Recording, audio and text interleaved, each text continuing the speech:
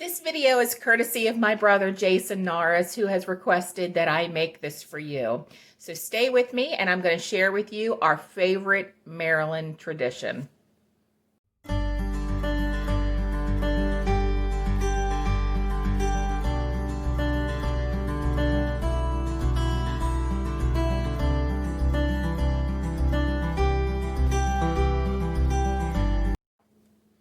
Hi everybody, welcome to Christy Dawn's Cooking, and today I'm so excited to share with you something from my childhood and my adulthood. We've been eating these since I cannot even remember when. For those of you who don't know, I grew up in Maryland, and so we were surrounded by huge amounts of seafood all the time. So today I'm going to share with you something that I am asked all the time to teach good friends of ours here, and that is how to clean a blue crab. So we're going to get everything set up. I'm going to zoom you in real close so you can see exactly how I clean these. These are absolutely delicious. If you've never had one of these, you have to do that. So stay with me and we're going to get everything set up. I'm going to show you exactly how I clean blue crabs. Okay, so we are back and I'm going to show you exactly how I clean a blue crab. Now these are the ones that are indigenous to the eastern side of the United States. On the western side, you're going to see more of the Dungeness, and they look a little bit different. So basically, all you need for eating crabs is a table, and it's typically done out on a picnic table outside, covered with newspaper, or we do have some, I do have some crab paper here that I'm using that was from a local restaurant that's really sweet that they gave out. So you also will need a hammer, and these are the wooden ones are very, very traditional. This one actually has an E on it. This was my grandparents. So in families in Maryland, you pass down your crab mallets. So you have a crab mallet, and you can also get, I bought these a long time ago. These are kind of special. They're, these, I think these are pewter, I do believe, or something. These were actually from Carvel Hall. So it's a crab, has a little crab on it. Crab hammer and a crab knife. But I'm going to show you how to do it traditionally just with a wooden mallet here. So what you do is you pick out the crab, and it's very poor etiquette to sit at a crab table and pick them up and to decide which one's the heaviest. You usually just pick up, when you're eating crabs, the one that you touch. So the first thing that I always do is I turn it over backwards, upside down. And here you'll see, if it looks like the Washington Monument, it's a male crab. If it looks sort of like the Capitol building, it's a female crab. In general, males seem to be sweeter and people like them more. And of course, there's all kinds of rules against harvesting females. So if you can get males, that's the one to get. They're really, really good. So what I do is I pull off all of the shells, all the legs. So sometimes when you pull them, because especially these are cold, meat will come out. So I'm going to go ahead. I'm actually just going to put the meat in a, see that? Meat in a bowl. Okay, I'm going to put the legs off to the side. See the meat coming out? So I'm actually going to make a recipe with this later for you guys, so I'm not going to eat the crab meat as much as I want to. I'm not going to eat them. So I'm going to take them all off except for the back flipper.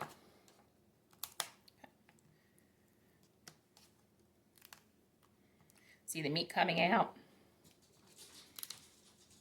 Now, let's go ahead and pull all of that off. Okay. Now, some people do this and some people do not. I do this because crabs are very, very expensive. I think last year for a bushel number ones was about $300. So you want to make sure that you are getting everything, every penny of your money out of these. So for the little skinny claws, I kind of break it and pull it off. And there's a little piece of meat in there. So not everybody does that, but I do it just because I want to maximize the meat. Or every dollar, I should say. So here we go. Pull all of these off.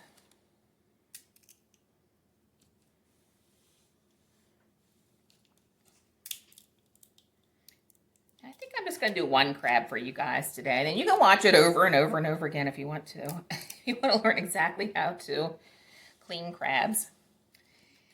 Now everybody's different, but this is just the way that I have adapted over the years. I've learned different tricks and whatnot. So now are the big claws. So this is when you need your mallet. This is the only time you use your mallet is on the big claws.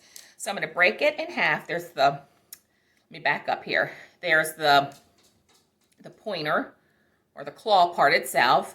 There's like a little knuckle, and then this is sort of like the back part. Maybe like you think of like a thigh when you think of like a chicken. So I go ahead and break it, pull it apart, and usually some of the meat will come out.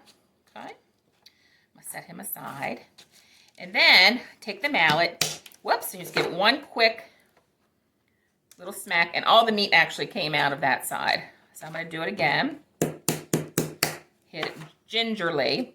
There's nothing in there, but here on the pointer part, or the actual part that grabs things, there is a piece of meat in here, but there's also inside of that is like a thin shell. So you just kind of want to just kind of easily pull it off just like that. If you're eating them, you just, with your teeth, just very, very carefully, because you don't want to bite down on that. It will, see how that just came out. Then you'll be biting down on a piece of shell, and that's not good. Okay, I think I got everything out of there, but let me just double check. Yep, that's clean. So while I am doing this, I'm actually moving all of my shells off to the side.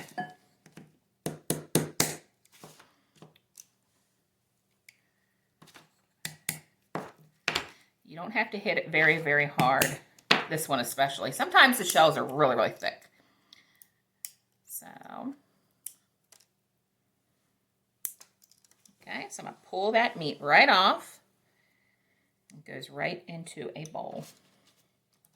Okay, so now we finished all of the claws and the legs. So now what we have is the body. And this is where people always get kind of really confused and get overwhelmed. It's actually very, very easy. So what you want to do is you want to take off the Washington Monument. So put your fingers down there and pull it off. Okay, anything underneath. Okay, oops, let me pull up my sleeve because you do get dirty. Okay, so now what you want to do is you want to put your two thumbs, okay, between the body and the back of the shell. Whoops, and just carefully, this guy's fragile, just pull it apart like that. Okay, this is all trash. So again, put that off to the side. Then I'm going to pull off those two little pieces right there. Okay, so now what you see are the gills, or the lungs. They're also known as the devils. So we're going to pull all those off. You don't want to eat those. Okay, and we're going to do the other side. Take those off. Now there is a reason why I left on the flipper part. And I'll show you that to you in a second. So you get all that off. So basically you're just going to be left with shell, hard shell part. Okay, so now what I do is I put my two thumbs right here and hold on to the back. Okay, anything that's kind of dangling, get rid of that. And I'm going to squeeze it forward, push it forward, and pull it apart, and it comes right in half. Okay. So now usually you might see, this one's pretty clean. You might see filled with things that are kind of bumpy. Those are entrails, and you want to get rid of that. So I'm going to just take off any of this stuff that doesn't look like meat, and you can tell because the meat's very, very white. Okay, I'm going to take, this was pretty clean. All right, so you see how clean that is in there, and it's basically just meat and shell. Now, a lot of times you'll see some bright yellow, and that's mustard. It's considered a delicacy. Up to you whether you want to eat it or not. I personally like it. So I know some people don't. This doesn't have much of that in there, so we don't have to worry about that right now. So now what I'm going to do is I'm going to make what's called a jumbo lump lollipop. Okay, so you see the back flipper, and this one big section right here is the jumbo lump. So what I'm going to do is I just go ahead and I just kind of peel back some of the shell around this, right at the top of where the flipper attaches to the body. Okay, I'm going to go ahead and just give it a little push forward and out, and there you go. Look at that. This is big money right here. People pay a lot of money for this. So that, all of that right there, I'm going to peel it back a little bit of the shell, is jumbo lump crab meat. That is very, very expensive. So I'm going to go ahead and just carefully pull it apart with my fingers, put it in the bowl, and there you go. So we have the rest of the body here. There's not much in there because when we pulled the legs off, a lot of that meat came out. But I do want to make sure that we get everything out of there. So you can either take a knife at this point and cut straight down and pull it apart.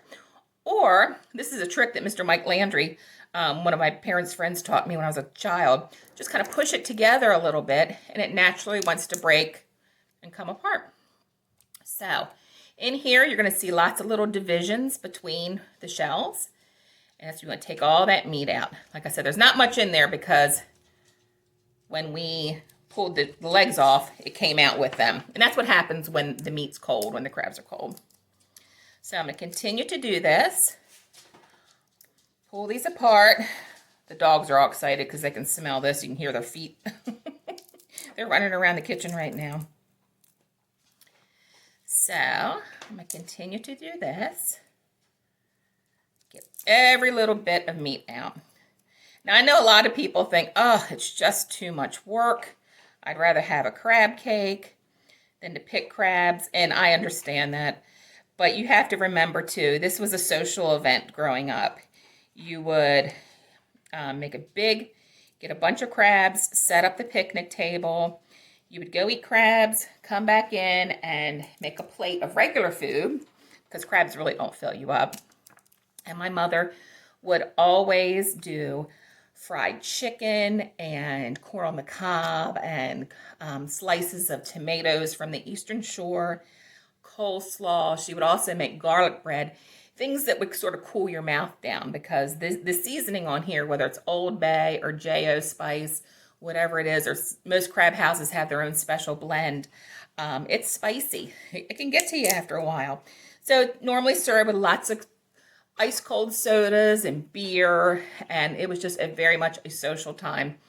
So like I said, you'd go eat crabs, you'd come back in, you'd fix a plate, you'd take your plate out and sit with everybody, then you'd start eating crabs again. So it was like a 3 or 4 hour event, and it was always so much fun for family to get together. Typical Maryland.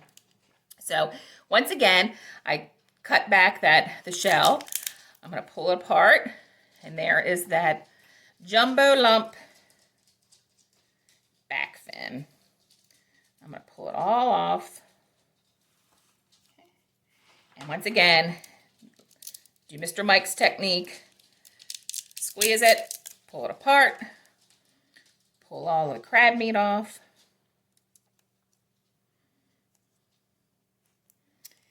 And continue on. My parents would have often, every summer would have my father's company picnic at the house. And they would always get crabs, and it would be bushels and bushels of crabs. And one time they had somebody came and did pit beef, which is another Maryland tradition. I remember lots of kegs of beer and for all of my dad's employees. So wonderful, wonderful memories. And thank you all so much for those of you who reached out to me on the passing of my father. I do appreciate it so, so much. He was an incredible man. He loved crabs. The only time I ever saw him drink a beer was when he was eating crabs. Anyway, thank you so much for your love and support.